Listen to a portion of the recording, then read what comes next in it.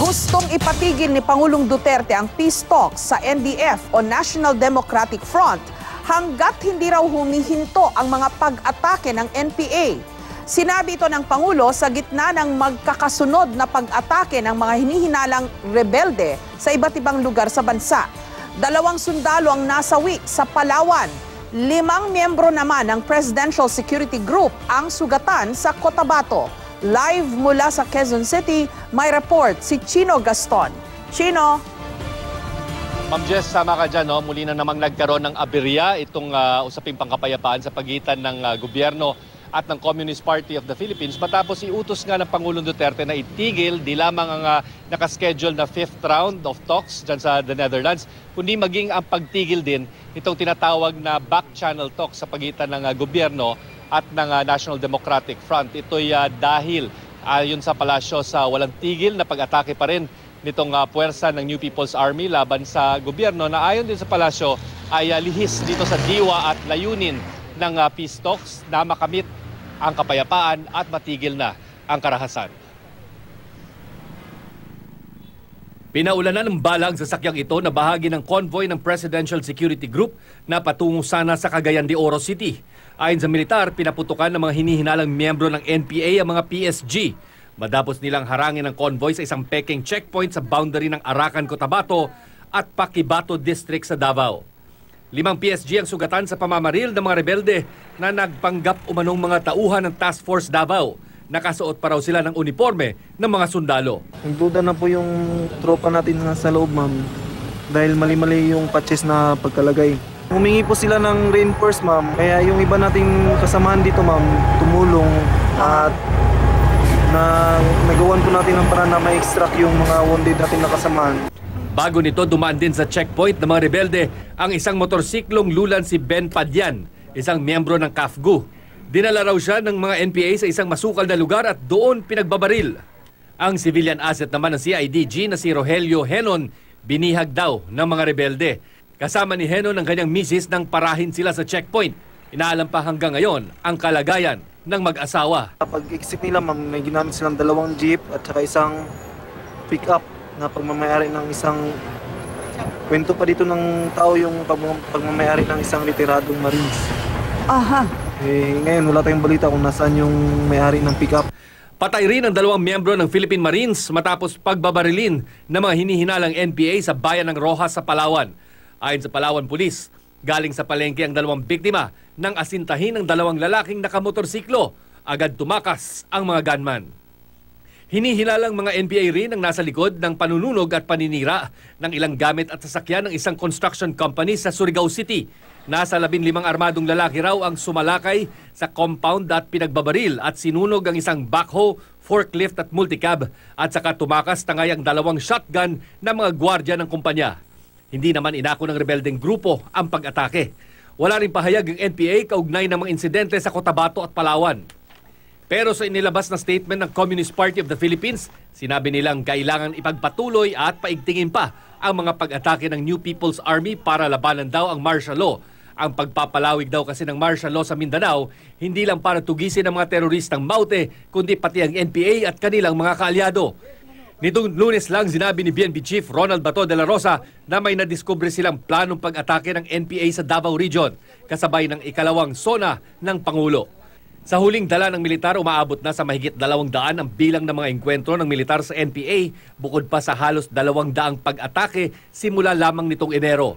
Nagdududa na tuloy ang Malacanang kung may kontrol pa ba ang National Democratic Front sa NPA na patuloy sa pag-atake sa kabila ng peace talks. Dahil dito, ipinatitigil muna ni Pangulong Duterte ang usapang pangkapayapaan sa NDF hanggat hindi tumitigil sa pag-atake ang NPA. How can we talk when you do not have control over your forces?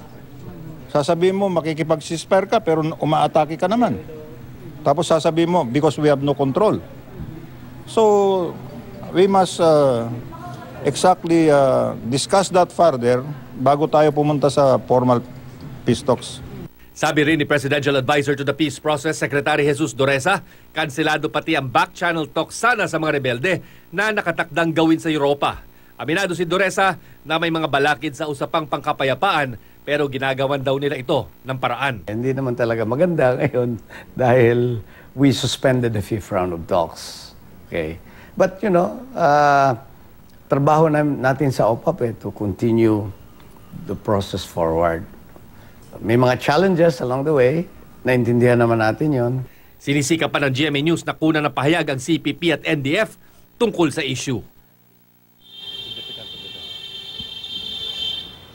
Ma'am Jess, significant development itong naging pahayag ng Pangulong Duterte na maging yung back channel talks ay ibig niya nang ipatigil dahil nung nakaraan yung back channel talks lamang ang naging mekanismo o nagsilbing mekanismo para kahit na papano, kahit pinatigil na yung formal peace talks, ay ito pa ang nagsilbing daan para mag-usap pa rin ang magkabilang panig. Ito nga yung number one reason kung bakit nagkaroon pa ng schedule itong fifth round of peace talks dahil nga sa back channel mechanism. Pero dahil ipinatigil na ito ng Pangulong Duterte, ang tingin natin, ang mensahe talaga ng gobyerno ngayon sa CPP o sa Communist Party of the Philippines ay kung gusto nyo gumulong ulit ang usaping pangkapayapaan, magkaroon ng ceasefire o tigil putukan. Ma'am Jess. Chino, ano ba ito? Random na nangyari na 3 incidents being attributed to the NPA? Yung Cotabato, yung Surigao, at yung Cotabato, yung Surigao, at saka yung, sorry, hindi ko maalala yung isa. No? Pero ano ba ito? Random o tiniming talaga nila?